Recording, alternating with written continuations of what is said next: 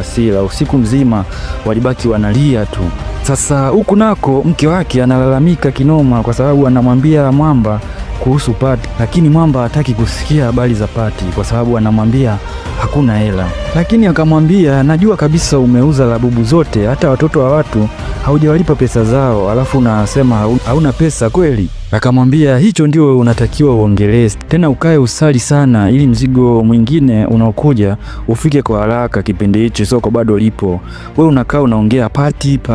Akamwambia, kwanza pia kuna kukutana kifamilia, vipi nao umepanga kuwapa juisi pia kwenye hii nyumba? Sasa mke wake alikasirika, ikabidi aondoke zake, maana anamwambia habari za pati hamuelewi, alafu anamuuliza maswali hayaeleweki. Inasadikika huwa wana kawaida ya kukutana kifamilia. Sasa hata hilo pia mzee hajajiandaa pia. Sasa leo tena wapo ofisini, walikuwa wanalalamika, hivi huyu mzee anatuchukuliaje?